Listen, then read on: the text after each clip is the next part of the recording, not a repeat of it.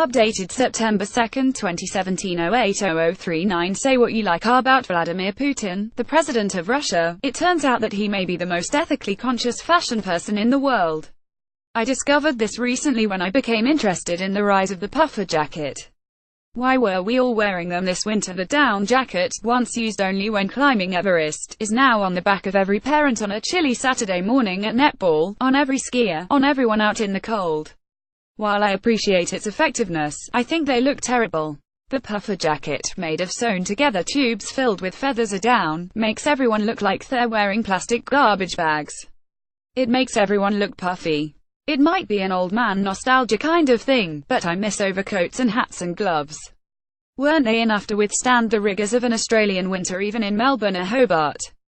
Why do we now need to look like a shivering tribe of Michelin people? So, I asked my radio listeners and we determined that it was similar to the rise of activewear, another sports costume that we now wear everywhere. Tracksuits, training shoes, yoga leggings, puffer jacket, all the same thing. We heat our homes and malls more now, so we dress lightly and then throw on the jacket for the moments outside. And our retail landscape has changed. The arrival of Asian and European stores like Uniqlo, H&M and Zara, which stock these jackets, means they're available. And then we got to the main point. They're cheap and they're effective. Cheap, for a potentially ghastly reason. It's in the Falinga listener suggested that it may be best not to buy the cheap jackets as the down they are filled with may be gathered in ways that many might find unpleasant, if not horrific. Down comes from geese and mainly ducks. How do we get down from a duck? Well, unless your jacket is filled with down that meets the TDS, the traceable down standard, then it's likely that the down was live plucked. Live plucking is an exact description. The bird is alive and the down and feathers are plucked from its chest.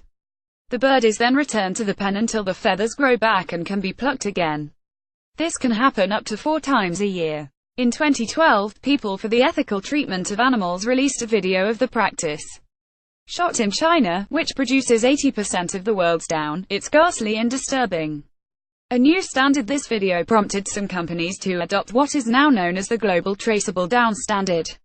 This is administered by the International Standards Body, the NSF, and through a system of audit from farm to factory, claims to deliver down that has not been live plucked, nor have the animals been force-fed, or subject to cruelty in any way. It's a stringent process, but only a tiny fraction of the down produced in the world today meets this standard. In 2016, PETA went back to China, shot video again, and showed that live plucking was still occurring. The sheer numbers suggest this as well. A single harvest from a single bird, where the live plucked are harvested after the bird has been killed for consumption, yields around 60 grams of down. Last year, Japan alone imported 6,000 tons of down. A ton is 1,000,000 grams. A bird being raised for live plucking might be kept alive for 5 years. At 4 harvests a year, that's 20 harvests. If live plucking is stopped, the down industry has gone from 20 harvests per bird to 1. The questions are straightforward. Where is all this down coming from? And it tends to be only high-end jackets that can afford to meet the traceable down standard. So what about all the others? The symbiotic duck. So what of Vladimir Putin? How come HESO2 all this? There is one way of collecting down from a waterfowl which is 100% sustainable, leads to no pain or anguish for the bird involved, and may actually improve the life. John Svensson lives in Iceland. On his land nests the eider duck. The eider duck spends most of the year out on the North Atlantic Ocean. It comes to land just once a year to nest and lay its eggs. In Iceland, the duck and humans have developed an extraordinary relationship, a true symbiosis where both species are now intertwined and each benefit. The eider duck makes its nest and then after laying its eggs it deliberately sheds its down.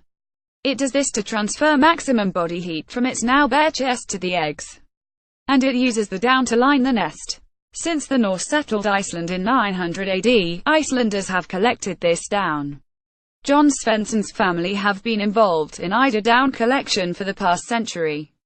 After collecting the down from the nest, they replace it with dry hay. This is a better insulating material than the original down, which tends to get wet and rot. The birds are so accustomed to this ritual that when John approaches they move a few feet away, allow him to gather the down, and then they return to their nest.